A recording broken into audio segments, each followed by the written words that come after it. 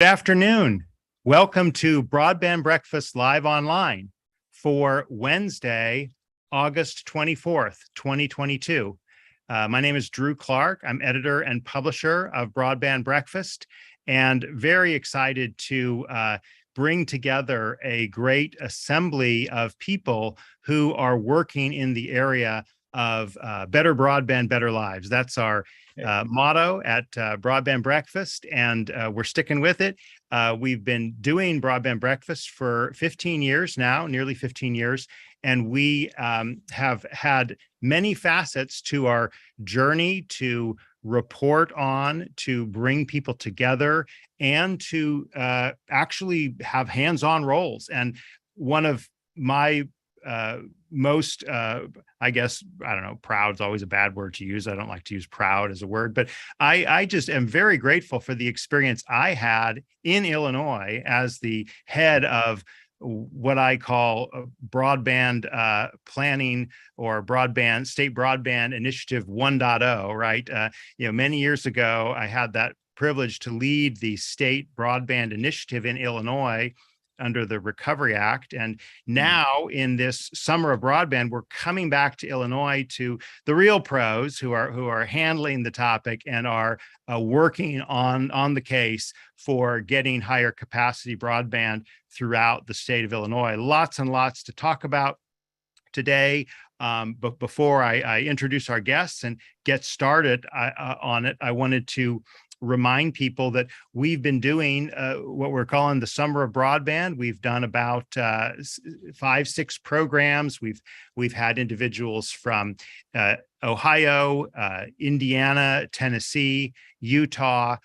We did a program from Yellowstone National Park. So it's been a kind of a detour, but a very significant and important detour from our Washington programming. I'm now back in Washington, D.C., and we are gearing up for a great series of programs in the fall, in addition to these summer broadband events. Just to give a quick taste for what we're going to be focused on beginning next week, we're going to talk about how to maximize minority participation in the Affordable Connectivity Program. That will be Wednesday, August 31st. On the 7th of September, we'll be assessing the NTIA's middle mile grant application process. That grant application is due on September 30th, no extension. So everyone needs to be geared up to that sooner, if not already. We're going to talk about reforming the Universal Service Fund, a lot of discussion on that in Washington and nationwide. And we're also going to be coming back to our favorite topic, broadband mapping. That is no joke. We love broadband mapping. We're going to talk more about it and why it's so critical right now. We've got more on the program. You can obviously see all of our programming at broadbandbreakfast.com/BBLO for Broadband Breakfast Live Online. And I also want to give a shout out to our sponsors at Broadband Breakfast. They include Utopia Fiber, Broadband.money, Google Fiber, Broadband Now, Lightbox, Ookla, Michael Baker International, Pinpoint Capital Advisors, Bitstream Communications, Inc., Positron Access, and the California Emerging Technology Fund. Thank you to our sponsors to enable us to do this programming week after week. Well, with that, let me go ahead and open up our view to all of our panelists that we have here today. These panelists are the team in the state broadband program, and we're going to hear from them in turn. We'll go kind of around the clock, and then we'll come back to common topics. They are, of course, Matt Schmidt. Matt is the esteemed leader of the Broadband Office, Illinois Office of Broadband in the Illinois Department of Commerce, I believe is the title. I know it gets changed every couple of years. Commerce and Economic Opportunity, or Commerce and Economic Development. But Matt, he's really just a natural and a very deep reservoir of knowledge, not just in Illinois but in other states as well. I believe he hails from Minnesota. And so he's been able to apply the experience of multiple states in bringing a program like that of Illinois to light. And he's really done a lot of really exceptional things in Illinois long before the Infrastructure Investment and Jobs Act was a imagination. So that is truly to the credit of the state of Illinois and to Matt Schmidt. We will then hear from Shubika Agarwal. Shubika is the her title is the Broadband Mapping and Data Coordinator for the Illinois Broadband Lab. And I am looking forward, second to no one, to hear more about the Illinois Broadband Lab, what it's doing, how it ties into the Illinois Office of Broadband and the other activities that the state is working on so well. Following Shubika, we will hear from Adrienne Pickett. Adrienne is the curriculum coordinator for digital equity and inclusion in the Illinois Broadband Lab. And so again, we're very excited to learn more about exactly what Illinois Broadband Lab is doing in the area of digital equity. And then batting cleanup, we will hear from Robbie McBeath. Robbie recently joined the Illinois Broadband Lab and is the program and communications coordinator for the Illinois Broadband Lab and the outreach manager with the Benton Institute for Broadband Society. Quick pause. I have to throw in here when I had the privilege of being the state broadband director of the state broadband initiative in Illinois. We were structured a little bit differently than we are today. We were as a freestanding nonprofit organization called the Partnership for Connected Illinois. And obviously we had a key responsibility to the state and the state governor, Governor Pat Quinn, but we had a separate board of directors, and the chairman of my board was the late Charles Benton of course, the Benton Foundation and now the Benton Institute for Broadband Society. So spent many days, hours, weeks, and years probably interacting with Charles and just the incredible vision he had for high capacity broadband and the way and the role it played in people's lives. So it's so cool to see how Benton Institute for Broadband Society has really stepped up and had a much more integral involvement in the Illinois Broadband Lab and in the various efforts. So enough of me. Matt, tell us a little bit about Illinois and where you're at right now on getting higher capacity broadband. Well, Drew, thanks so much for the invitation today and also for the great foundation that you laid here a decade ago in Illinois. And so we're coming upon the 3-year mark of the Illinois Office of Broadband. And just over 3 years ago, we had a really incredible session in Illinois in the General Assembly, investing $4 billion in their Rebuild Illinois package, which included $420 million for broadband and making the Connect Illinois vision a reality. And so now every state has $400 million or $1 billion plus thanks to federal support. But I think it's really important to recognize that Governor Pritzker and the General Assembly here in Illinois were ahead of the curve in terms of investing the magnitude of funding necessary to meet the challenge. And so what we're doing in Illinois is we are growing to meet the need. And so we've got our Connect Illinois program that is up and running. We're in the midst of round 3 of moving those dollars, a $350 million round that is leveraging capital projects fund dollars as well as some state funding. And we are investing heavily in this collaboration called the Illinois Broadband Lab. And Drew, you've probably heard me say this before, but we've been a lean operation here in the Illinois Office of Broadband. And it was myself who opened the doors in fall of 2019, joined shortly thereafter by a grants manager, Tim Laffey, who's not joining us today, but who's been instrumental in our work. And finally, this summer, we are hiring an assistant director. So we will have 3 FTEs in the Illinois Office of Broadband by the end of the year. But in order to meet the challenge of the day, it's really important, and it has been important for us to forge strategic collaborations. And so you mentioned the Benton Institution. Working with Adrienne Furness and Robbie and his colleagues in the past have been really helpful in communications and standing up programming. But just as important is our strategic collaboration with the University of Illinois Extension Services. And so that brings me to the point that I'm really thrilled to share with the group today. the Illinois Broadband Lab. And what that is it's a collaboration that we've stood up with a intergovernment agreement between the Department of Commerce and Economic Opportunity here in Illinois and the University of Illinois to essentially invest in staff, resources, tap university expertise to meet the moment, to get to work on our digital equity state plan in the year ahead, and also to put the pieces in place to complete our 5-year action plan. And so my colleagues joining me today here, Dr. Adrienne Pickett, Shubika, and also Robbie, round out our team right now at the Illinois Broadband Lab. Really looking forward to their perspectives on their respective roles.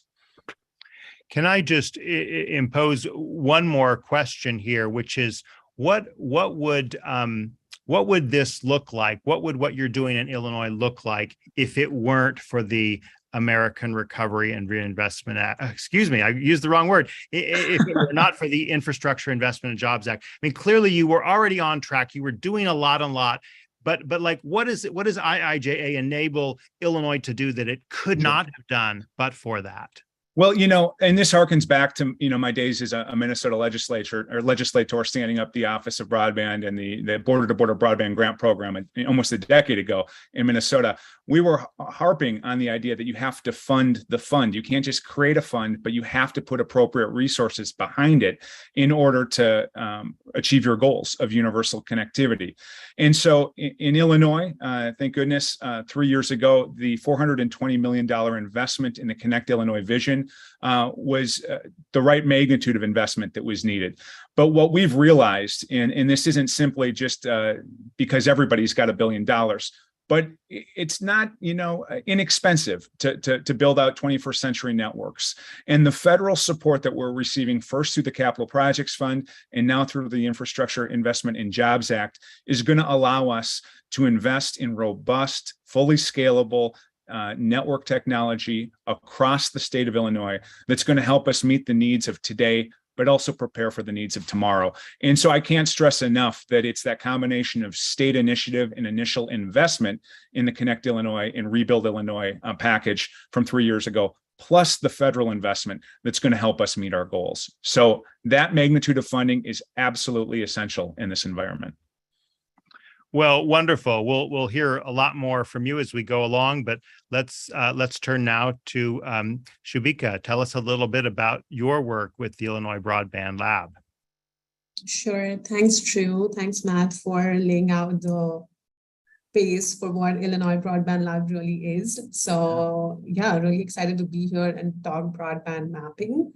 And as you mentioned earlier, it's very important in this state with all the federal funding that's coming in.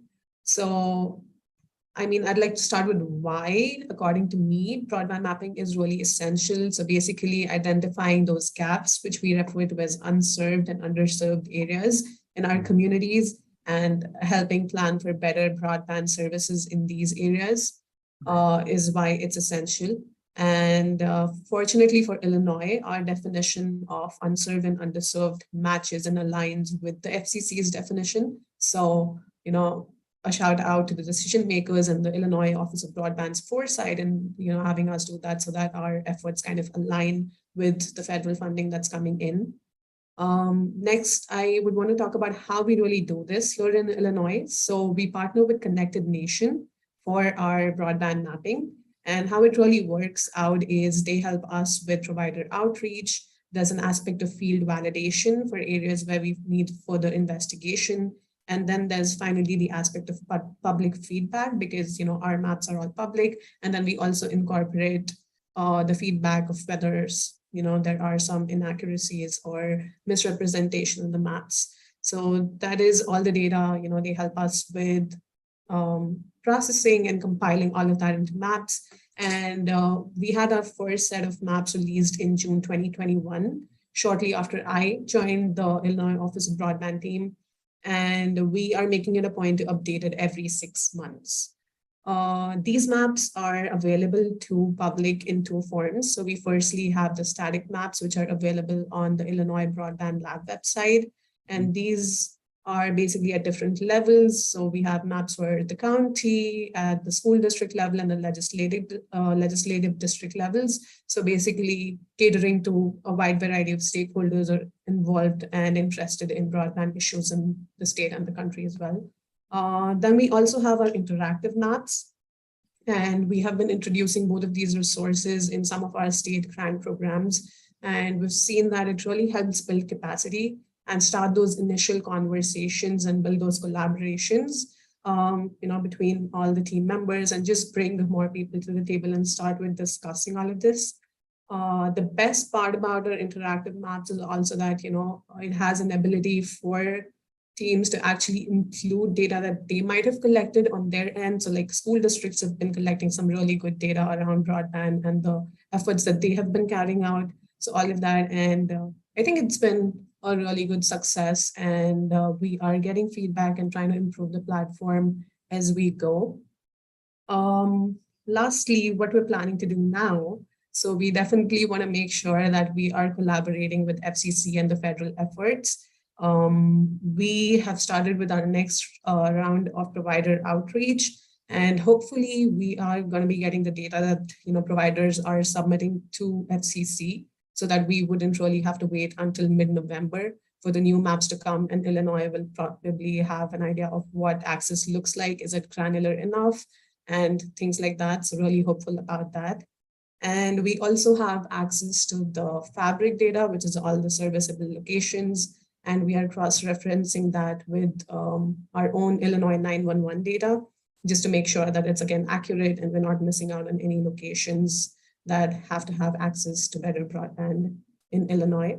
And we're also working on building those channels for community feedback and just including all the different organizations and people really working on the issue and also wanting to contribute to this. So in conclusion, yes, gearing towards making the most out of this opportunity and ensuring accuracy and effectively utilizing the funding that's coming in.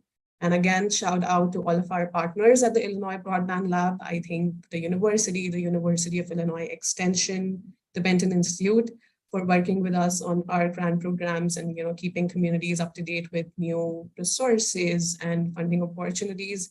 So it's been a really good experience, and it's going to be really good moving forward. And let's see where it goes. And thank you. Well, thank you for setting the table for us on this topic. I'm really looking forward to hearing from Dr. Adrienne Pickett. Tell us a little bit about your work at the Illinois Broadband Lab and the important role in curriculum coordination for digital equity and inclusion. Absolutely. Thanks so much, Drew, for having us here on your podcast. I'm joining the Illinois Broadband Lab as the curriculum programming coordinator, specifically for the Broadband Ready program, which is the broadband regional engagement for adoption and digital equity. So as far as my role goes, I am in charge of helping to develop curricular materials. So this has to do with the slides for our cohort meetings that we have with the participants that have received grants from the Illinois Office of Broadband, that introduces them to the concepts of digital equity and digital inclusion, and that are in line with the National Digital Inclusion Alliance definitions. Many of our grantees have applied for these grants to spread digital literacy within their specific regions, but they also require some additional learning in the field of broadband education, digital equity, and digital inclusion. So my role is to help these regions become more familiarized with the terminology, to become more familiarized with the different partners that we have in our programming. So Shubika had mentioned earlier the University of Illinois Extension, but also resources including PCs for People, which is a partner that we collaborate with frequently in the state. as well as the Illinois Innovation Network. We work very closely with them, and they help support the Illinois Broadband Lab, and as well as the Regional Economic Development Council representatives. So they will help provide resources to these regions, these grantees that want to be able to spread greater broadband access and greater broadband adoption throughout their regions. And so serving as a resource, serving as an educator is in line with my background as a teacher and as an instructor and advisor. And so this was a really good fit for me. And I think the good thing about developing these materials and going through them with these grantees is to help them realize that we're all learning in this digital age how to interact, how to provide services, how to provide better and more equitable services. I think this is what the pandemic has been showing us, the gaps in quality. And so that's a big part of what I do. Great. Thank you for laying that out for us. You made mention of the NDIA, the National Digital Inclusion Alliance definition. What are those definitions of digital inclusion, digital equity that you've been speaking about here, Adrienne? So the definitions that I'm referring to have to do with and are rooted actually in the concepts of equity and inclusion that are borrowed from the social sciences and have to do with not so much equality. And Robbie has actually posted definitions in the chat. Thanks, Robbie. But they have to do with the needs that each of the regions have, the needs that each individual has. How can we best service the individual needs rather than assume that, for example, everyone having a particular speed available to them is necessarily going to be the thing that they can easily access. Perhaps they can't because of affordability. Perhaps they can't because of an inability to use the technology and a lack of education. So when we talk about equity and when we talk about inclusion, a big thing that we focus on are big things we focus in are the voices of our regional communities, the voices of those people that are lacking the appropriate training in using broadband, having access to broadband, and trying to get a better sense through data collection of what their needs are at home, what their needs are at school, and all different, I would say, needs that we're taking into account. Okay, well, wonderful. Again, I'm sure we'll dig more into this as we move to others here. Let's go to our cleanup hitter, Robbie. Tell us a little bit about your role at the Benton Institute and the Illinois Broadband Lab. Hi, yeah, good morning, everybody. My name is Robbie Macbeth. So I kind of am wearing two hats, one with the Benton Institute for Broadband and Society and one with this new Illinois Broadband Lab.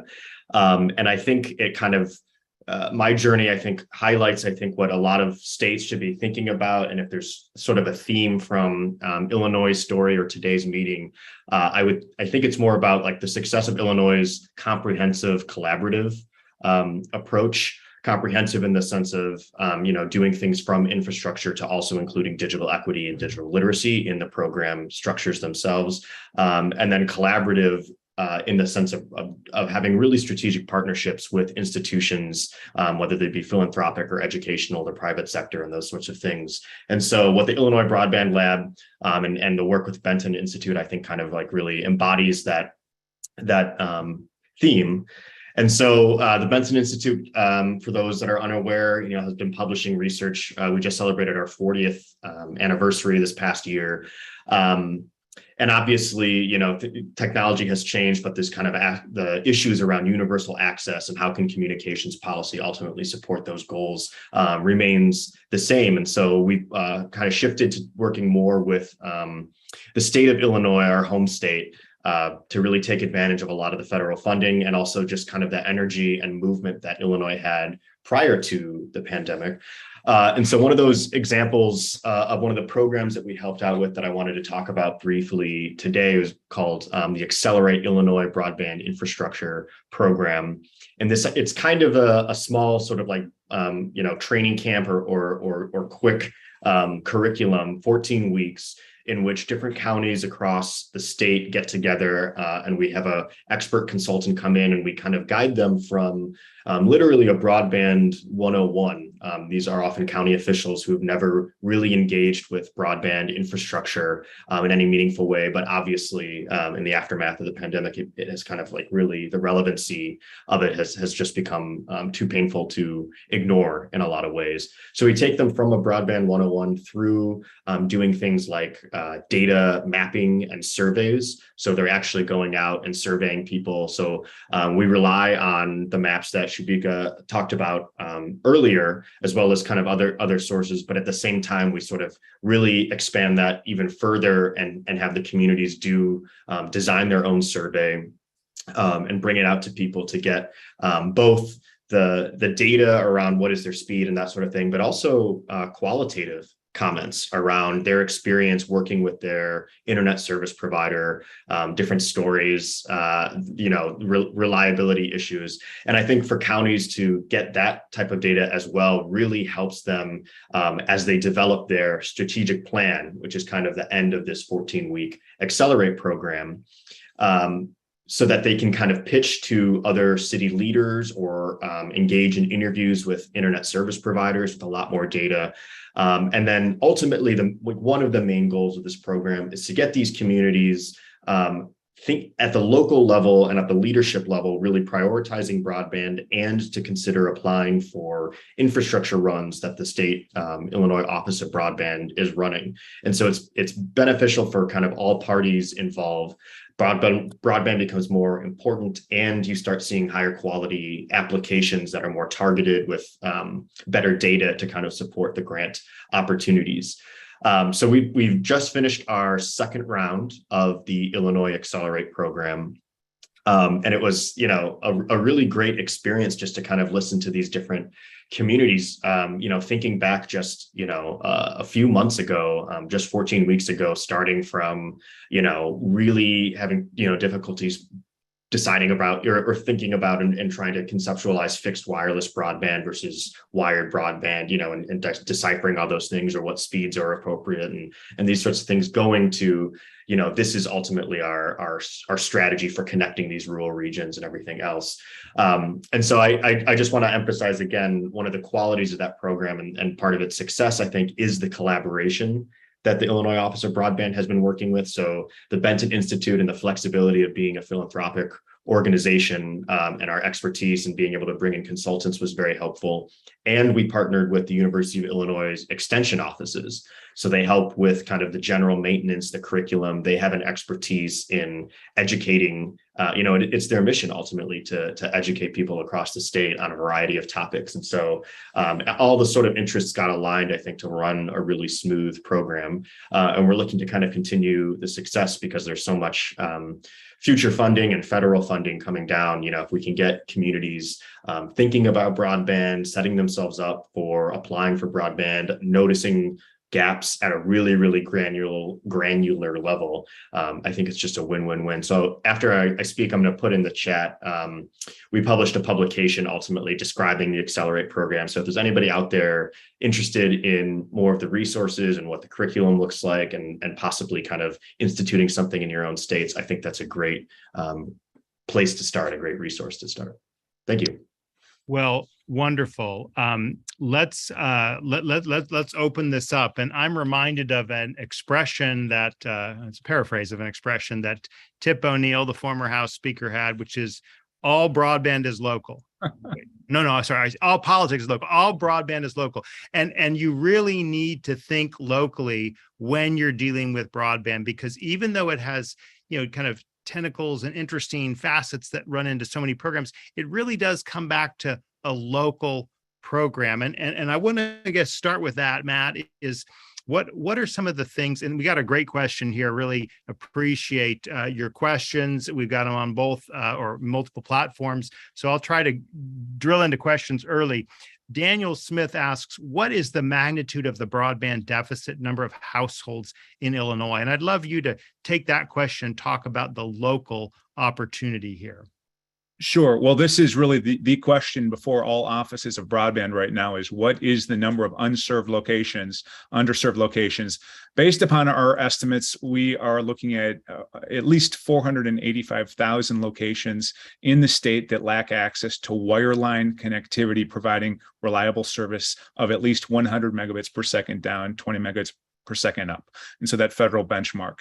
If you hone in on the number of unserved households with 25 by 3 or lacking that 25 by 3, it's more around 312,000.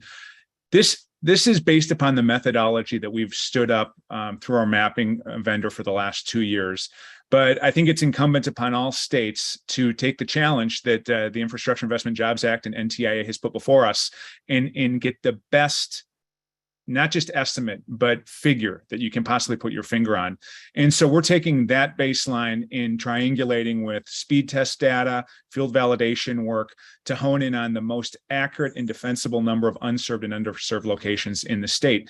And Drew, to your question, it really involves a lot of direct outreach with local communities.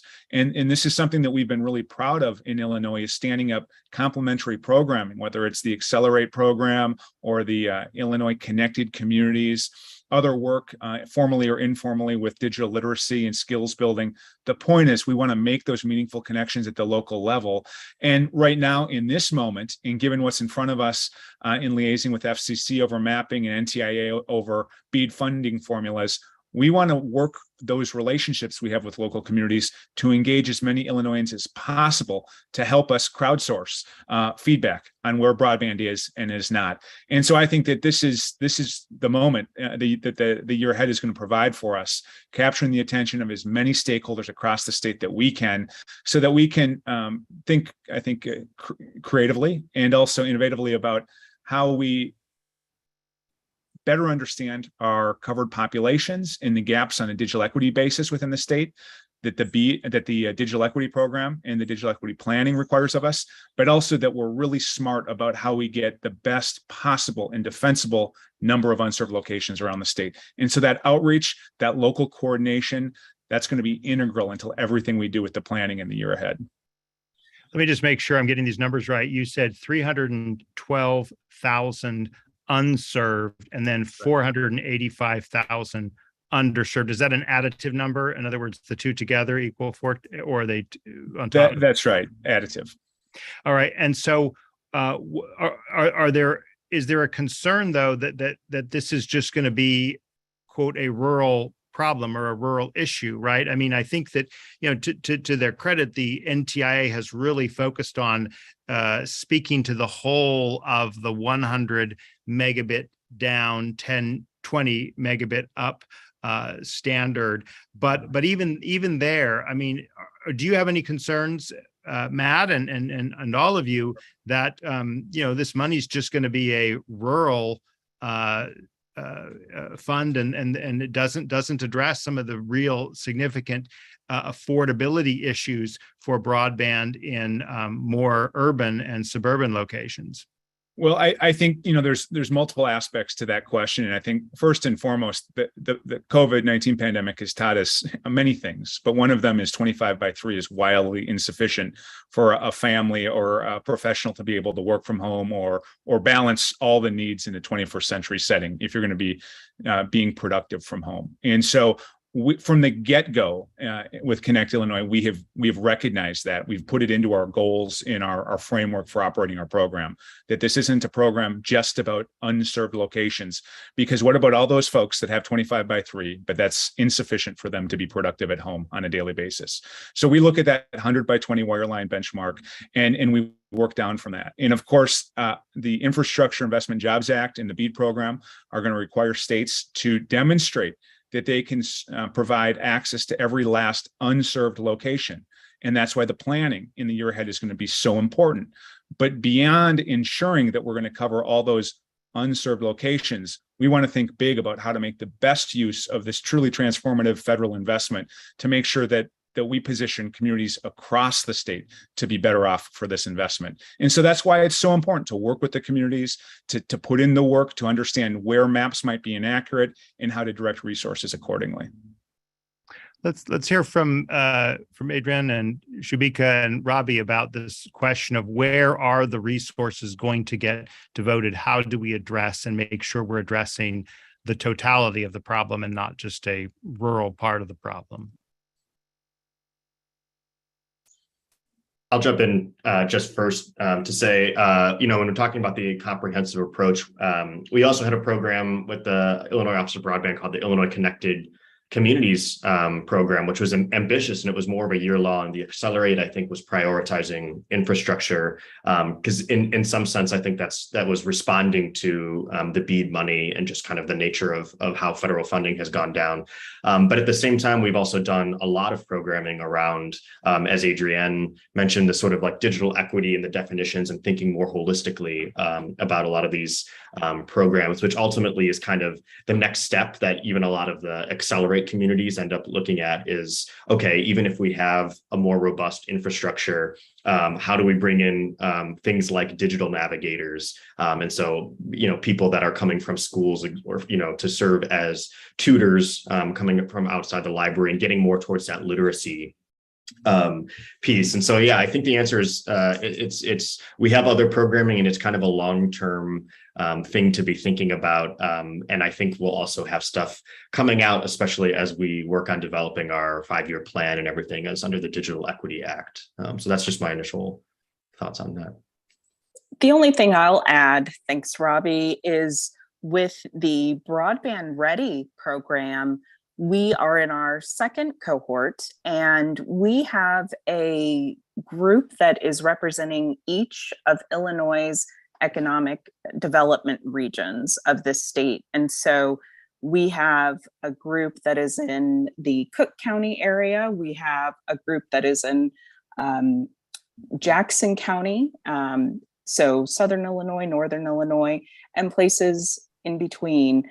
So one thing that we try to focus on is, as Matt has said, including local voices. And one of the deliverables of our Broadband Ready program includes a current conditions report. So reporting on what it is like within that region for people that are lacking sufficient access to the internet, people who are lacking the training to be able to use the internet, high-speed internet, most effectively, and also looking at the senior gap, looking at the school age gap.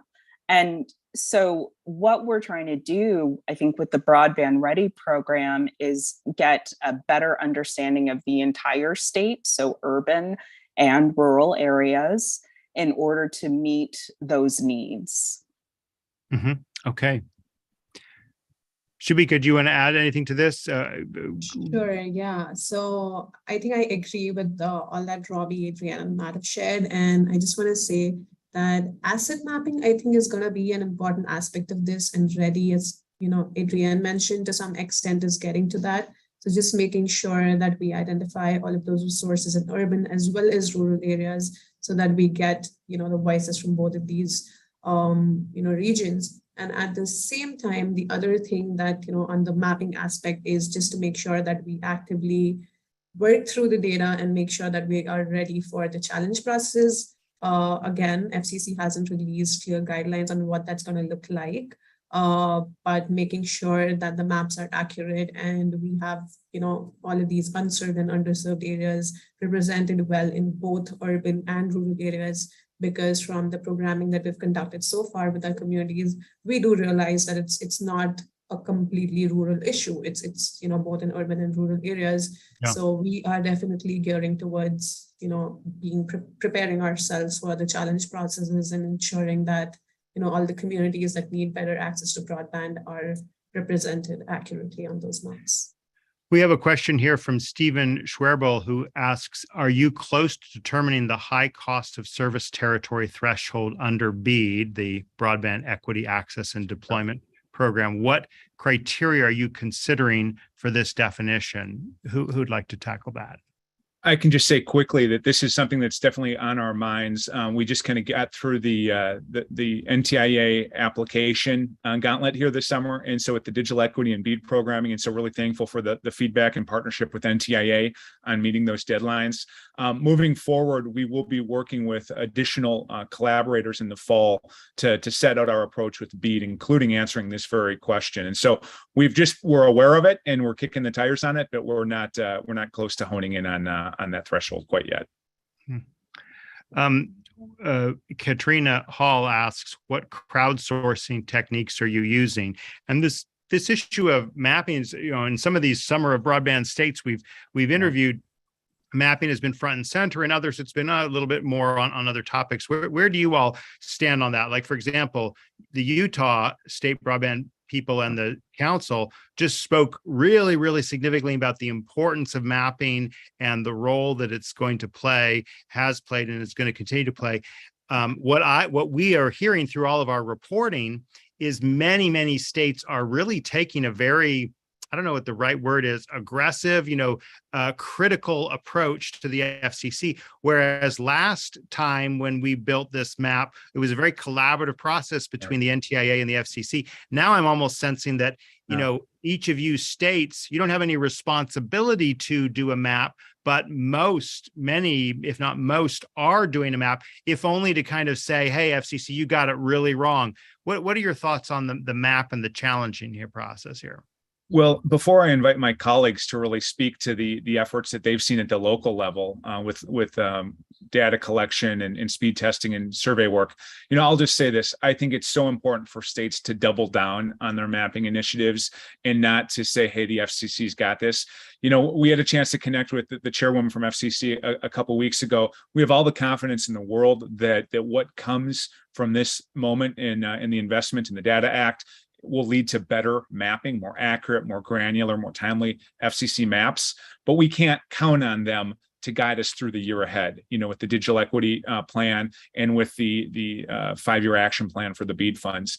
And so we're very proud of the mapping that we have in Illinois, but we're not going to trust that alone to mount the best appeal towards NTIA and FCC of mapping and BEAD formula funding. Again, we're going to double down, put in place some additional tools to help us focus on areas where we think the maps might not be accurate. How are we able to defend the most accurate number of underserved locations that we can estimate?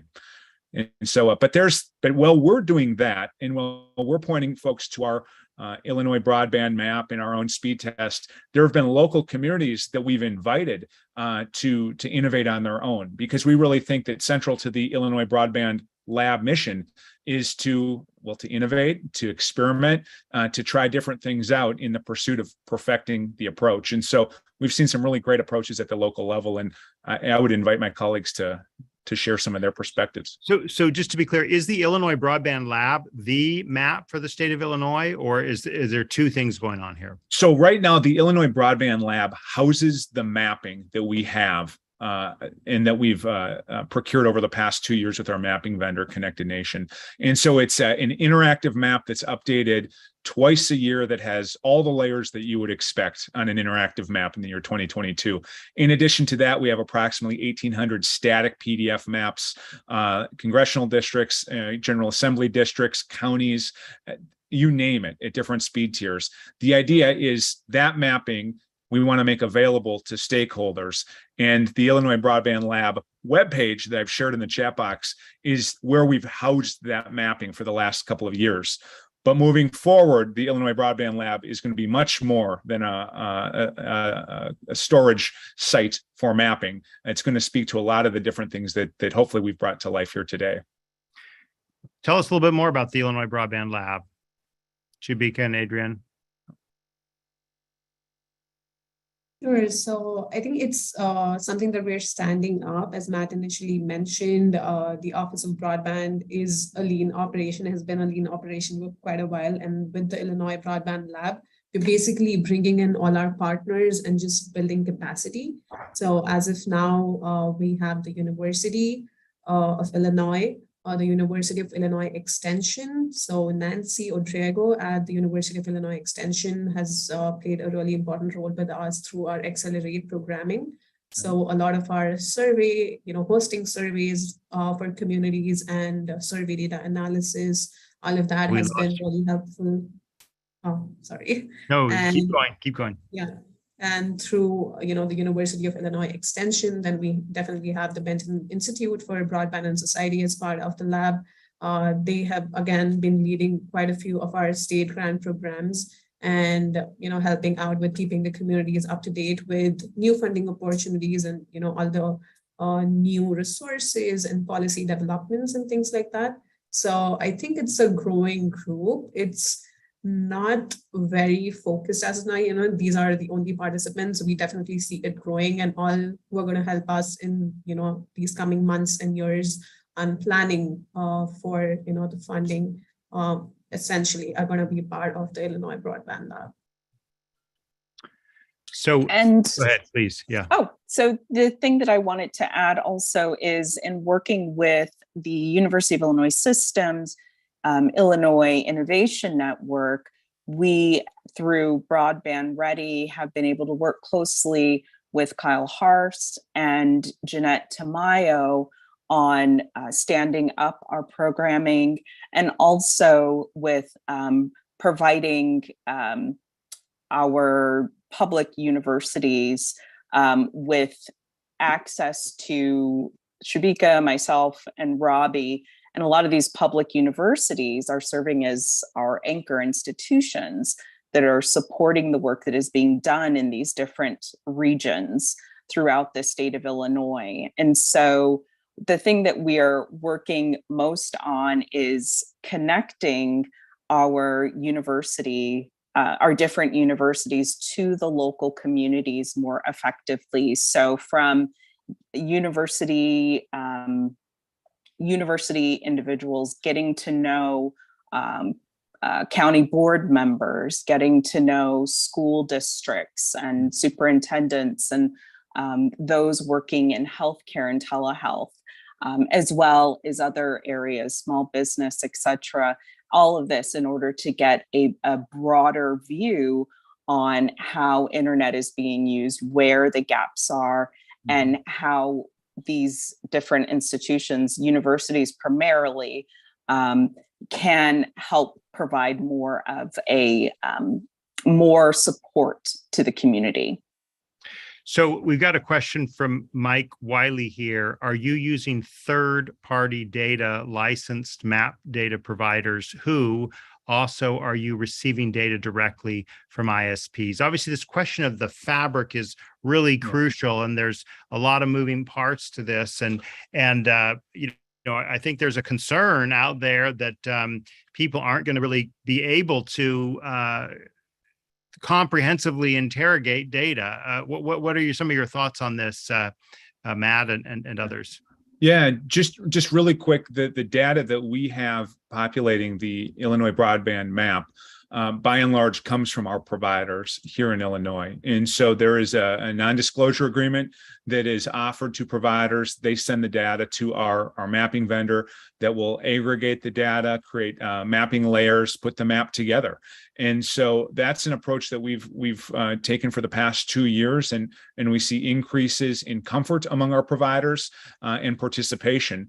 And also, it's important that there's a carrot and a stick here. here. On the one hand, if a provider offers data, it's going to make it clear in our mapping that those areas are covered and that we shouldn't be putting Connect Illinois resources in them to potentially overbuild. But also, if a provider is going to take part in our mapping review process, that's part of the Connect Illinois grant making work, the due diligence, they've got to participate in our mapping program. So you can't sit back, not provide data, and then challenge, if you will, potential grants to areas that might affect your service territory. You've got to be a partner with us. You've got to provide data. We'll give you all the protections to protect your data, but we want to know where your networks are and in how we can target resources accordingly. To the second part of that question, we have not purchased data outside of what we've collected, but that is something that's definitely on the table as we move into the planning and the preparation for engagement with FCC and NTIA. We've got a number of questions here. I don't know how we're going to do it in 10 minutes, so I want to make some rapid fire questions here. Yeah. One is about, this is from Kevin Clone. Are you getting continued interest in the Connect Illinois program from local broadband providers, and will there be a focus from the Illinois Broadband Office to prioritize locally operated ISPs going forward? Can you speak to that? Matt? First part of that question is yes. I think there are a lot of providers across the state really interested in the Connect Illinois program. That's been the case from day one, but I think with the magnitude of funding at stake, providers would really be remiss not to lean into this opportunity. And I think from our standpoint, we want to be careful not to pick winners and losers arbitrarily, but rather to really elevate that community voice. And so that's a theme that we've heard today, and we take that really seriously. If there is a community that is put in the time to identify a vision, perhaps identify a provider partner or two, or an approach that's going to work for that community, we want to try to find a path forward to make that vision a reality. And so if we're getting applications to our Connect Illinois grant program that's coming from a private provider, we want to make sure that community vision, that community voice is omnipresent throughout that application. I'm not sure who could tackle this one, but it's a good question from Jim Grimes. As you engage local leaders, are you able to also engage with educators across the state? Have you reached out to administrators, professionals, and others? Who'd like to address that? How about Dr. Pickett? Oh, you're happy to. Thanks. So yes, we are involved with educators. We work closely with the Learning Technology Center. We also work closely with ISB, and we attempt to coordinate efforts with regional offices of education. I hear the concern, and we want to continue having sort of planning sessions and collaborating and looking at the experiences of teachers more closely. Okay. As a former teacher myself, that's very important to me. We have a question we got early from Reg Weiser. He says, other than mapping, does Illinois Broadband Lab also examine technologies that can accelerate high-cost broadband availability and reduce costs? Any thoughts on that? Yeah, just quickly, and I'd invite others to fill in here, but the lab vision is ambitious. And I think we don't simply look at mapping or the respective expertise that's on the panel today, but we'd like to grow this collaboration among higher education institutions across the country, but certainly regionally, those that have capacity to examine serious questions in broadband and digital equity. We want to invest in research that's on par with the capital investment, the digital equity investments that are being made today. I think it's incumbent upon all of us to learn as much as we can from this moment, because as much as we think we are going to solve the problem once and for all, our experience, Drew, over the last 20 years is there's always going to be challenges in connectivity, and we're going to have to mind these gaps in order to reduce them and eliminate them once and for all. And so to the question about different technologies, we're certainly open to examining and learning more about them. And then I would just add in really quickly, feasibility studies are often a element to this, the process of the accelerate communities, and they're often looking at different technologies and that's that sort of thing, and possibly bringing in consultants. And so on that note, I don't know if fixed wireless is what you're imagining, but I'm just going to put in the thread a report that Benton release that kind of examines the cost comparisons between fiber and fixed wireless, and ultimately kind of makes the case that fiber in the long term ends up being the more cost effective measure. So certainly we look at the different solutions, different technological solutions to reduce costs and deliver speed. But fiber, I think, still kind of has the priority when it actually comes to access, if that's where the question's pointing. We got a question from one of our Facebook viewers, Val Mead. A teacher cannot assume all of the students will have a device that lets them download course content. Let's talk a little bit about that. What do we have, or what are the challenges on education content downloads? Who'd like to take that? I think this is a good question, Dr. Pickett and others, if you'd like to jump in here, just regarding, our work with collecting used computers, refurbishing them on an equitable basis to our computer equity network, but also, I think, more specific to the education needs. So the thing that I would say is the challenges are that we need the support. Just putting on my teacher hat, we need the support of administration. We need the training that's necessary in order to be able to lead our classrooms and to provide not just the students, but also parents and other staff with ways to navigate best the internet and platforms like Google Classroom and Zoom that become necessary at times if students have to stay home and be isolated, or families have to be home and isolated. So again, this is a whole community effort. And I think for teachers in particular, this is where work can be done to help provide them with tools necessary to be the best sort of education technology leaders they can be. I want to ask a quick question of Robbie. Could you just nail home the role of the Accelerate program and also the Connect program? Could you just speak to those different ones and what's their role? And then maybe what needs to happen as we go forward beyond infrastructure? How are we going to make sure we get those needs addressed in broadband? Yeah. So I think the Accelerate, like I mentioned, to kind of expand upon it, it is focused on the infrastructure. And the idea is to kind of set up these communities so that they can take advantage of specific infrastructure funding, which is coming through the Connect Illinois program ultimately. So it's going to be working in combination with the NTIA's BEAD money, in addition to kind of money from the state of Illinois.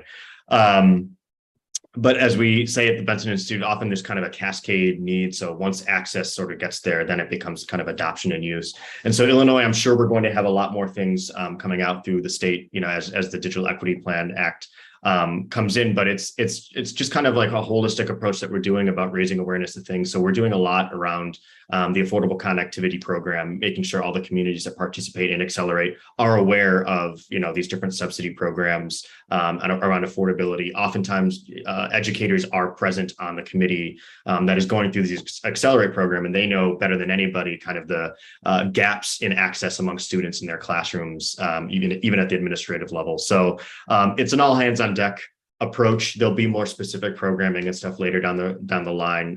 But for now, the Accelerate kind of gets mostly around the infrastructure, and then we'll, it'll be years ahead. I think, this isn't a short problem to solve. This is kind of a long, especially when you start talking about adoption and equity issues. So there'll be a lot down the road in the future. Well, thank you for those comments. We may have to make those your last words, but I do want to hear from Adrian and Shubika and Matt. Give us each just some last words, last thoughts on what do we need to take from this process, either on mapping or in terms of applying funds to Illinois, or in terms of the education and equity pieces. So, Dr. Pickett.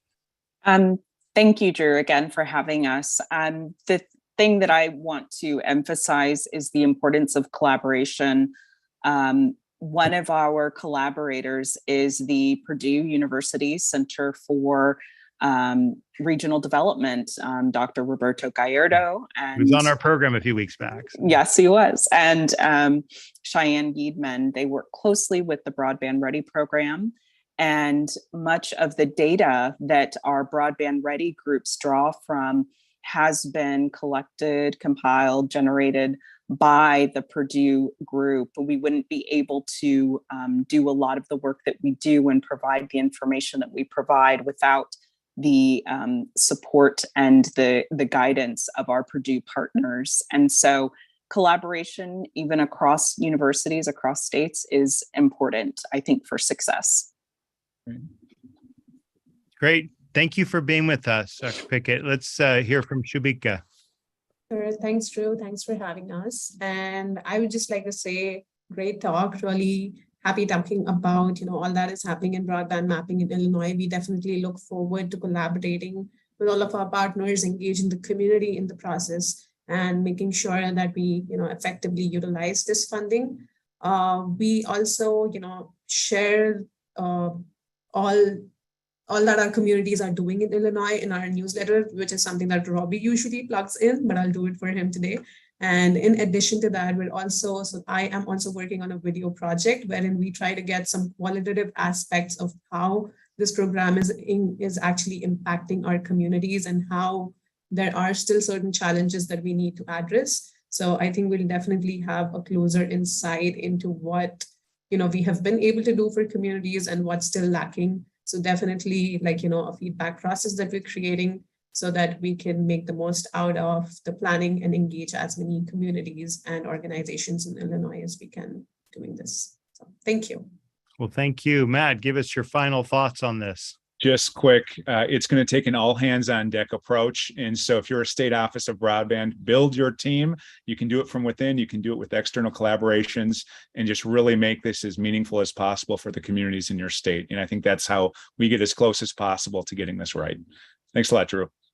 Well, and a reminder that next Wednesday at 12 noon Eastern Time, we'll be talking about how to maximize minority participation in the Affordable Connectivity Program. On behalf of Matt Schmidt, Adrienne Pickett, Shubika Agwal, and Robbie Macbeth, sorry, I got your name wrong the first time there. We are so grateful to have each of you. We'll see you next Wednesday at 12 noon Eastern Time. Talk to you later. Bye-bye, everybody.